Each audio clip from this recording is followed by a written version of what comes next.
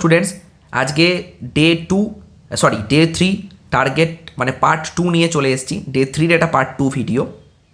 ওকে, তো আজকে সত্যি একটুখানি লেট হয়ে গেল আপলোড করতে, তার জন্য সরি।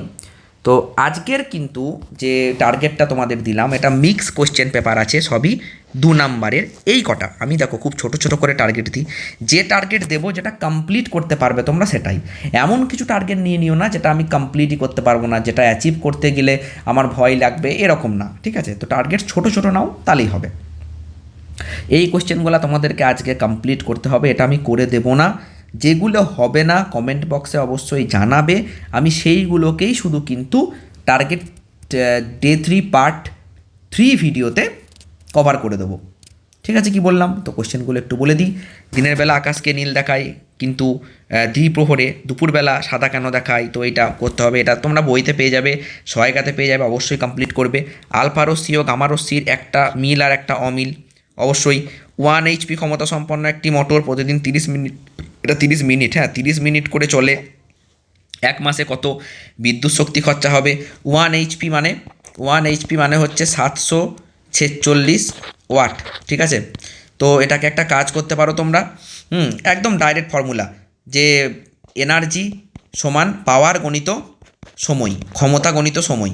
তো 746 তো বলাই আছে, আর সময় হচ্ছে যে হাফ, 30 মিনিট মানে হাফ আওয়ার। ওকে, আর কত দিন চলেছে? চলেছে হচ্ছে 1 মাস, 30 দিন চলেছে। তাহলে এত বিদ্যুৎ খরচা কিন্তু হবে, এইটা ওয়াট আওয়ারে বেরোবে, আর সেটাকে কী করতে হবে? কিলোওয়াট আওয়ারে করতে হবে।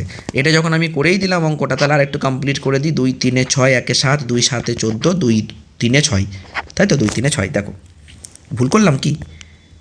2 3 6, 2 7 14, হ্যাঁ 2 3 6, ঠিক আছে। ওকে ওকে, তাহলে কত হলো দেখো, 3 3 9, 3 7 21, 3 3 9 10 11, এইটা আর একটা জিরো, তাই না?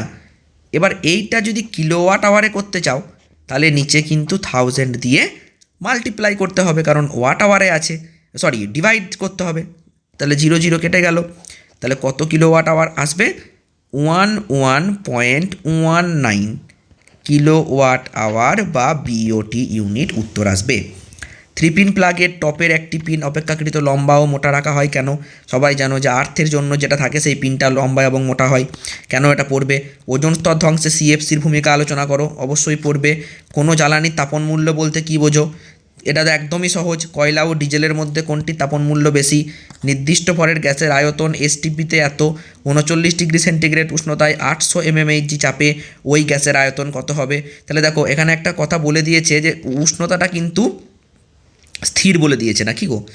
নির্দিষ্ট ভরের গ্যাসের আয়তন এসটিপিতে এত, ও না না, উষ্ণতা স্থির বলেনি। ও ঠিক আছে ঠিক আছে, তাহলে আয়তনের সঙ্গে শুধু বলেছে চাপ স্থির, চাপ স্থির, তাই না? না সেটাও স্থির নয় স্যার, না চাপ স্থির নয়, কারণ 800 mmHg চাপ এখানে বলে দিয়েছে। তাহলে যখন কেউই স্থির নয় তখন কোন সূত্র ইউজ করব এটা বলে দিচ্ছি, হিন্টস দিয়ে দিচ্ছি। কী হবে? P1V1/T1 সমান P2V2/T2, ব্যাস আমি সবগুলো বলে দিচ্ছি। P1 কত হবে? 76 সেন্টিমিটার এইচজি, আর যদি mmHgতে নাও তাহলে 760 mmHg। P1 হয়ে গেল, বেশ। V1 বলে দিয়েছে, এই দেখো এটা V1 480, ঠিক আছে। আর T1 হচ্ছে গিয়ে 0 ডিগ্রি সেন্টিগ্রেড মানে 273 কেলভিন, হয়ে গেল। ওকে, 39 ডিগ্রি সেন্টিগ্রেড উষ্ণতায় 800 mmHg চাপে, তার মানে এইটা T2, এইটা P2, ওই গ্যাসের আয়তন কত হবে বের করতে দিয়েছে V2, ব্যাস বের করে নেবে, ঠিক আছে। তারপরে এসটিপিতে 0.64 গ্রাম একটি গ্যাসের আয়তন 22 দশমিক, আচ্ছা এই অঙ্কটা না ভুল আছে, এটা করার দরকার নাই, এটা করার দরকার নেই। তারপরে এটা দেখো, এ এবং বি মৌলের ইলেকট্রন বিন্যাস বলা আছে, এদের দ্বারা গঠিত যৌগের সংকেত কী হবে? চিত্র সহযোগে দেখাও। দেখো এর দুটো দরকার, আর এই দুটো ছেড়ে দিলে কী হয়ে যাবে? অষ্টকপূর্ণ হয়ে যাবে, তাহলে অবভিয়াসলি আয়নীয় যৌগ তৈরি হবে। এবার আয়নীয় যৌগ যখন তৈরি হবে তার ওই এ আর বি ধরেই দেখাবে, তুমি গঠন সংকেতটা চিত্র সহকারে দেখাবে। আয়নীয় যৌগের নাম লেখো, যা জলে অদ্রাব্য লিখবে, ঠিক আছে। লুইস স্টট গঠন দেখাবে, এই দুটো লুইস স্টট গঠন দেখাবে। CuSO4 দ্রবণে ধীরে ধীরে অধিক পরিমাণ NH4OH যোগ করলে কি ঘটবে, সমীকরণ সহ লেখো। যেগুলো পারবে না সবগুলোই কিন্তু 2 মার্কসের কোশ্চেন, যেগুলো পারবে না অবশ্যই কিন্তু কমেন্ট বক্সে জানাবে, শুধুমাত্র এই নাম্বারটা দিয়ে দেবে 3.7, 3.8, 3.9। হ্যাঁ, আমি সেইগুলো কিন্তু পরের ভিডিওতে দেখিয়ে দেবো। বক্সাইট থেকে অ্যালুমিনিয়াম ধাতু নিষ্কাশনের সময় কেবলমাত্র বিশুদ্ধ অ্যালুমিনা তড়িৎ বিশ্লেষ্য পদার্থ ব্যবহার করা হয় না কেন? CH3CH2OH এর একটি সমবয়বের গঠন সংকেত লেখো। ঠিক আছে, সবগুলো কোশ্চেন ভালো কোশ্চেন আছে। হ্যাঁ, লিন্ডলার অনুঘটক কি? CH3CH2OH এর একটি সমবয়বের গঠন সংকেত একই আছে। ঠিক আছে, পাওয়ার অ্যালকোহল কি? ওকে, তো এই কোশ্চেনগুলো অবশ্যই কমপ্লিট করবে। হ্যাঁ, রাত 8টার মধ্যে কমপ্লিট করে নাও, কারণ তারপরে আবার একটা ভিডিও আমি আপলোড করব। ওকে, তো চলো ততক্ষণ বাই, দেখা হচ্ছে পরের ভিডিওতে। ওকে।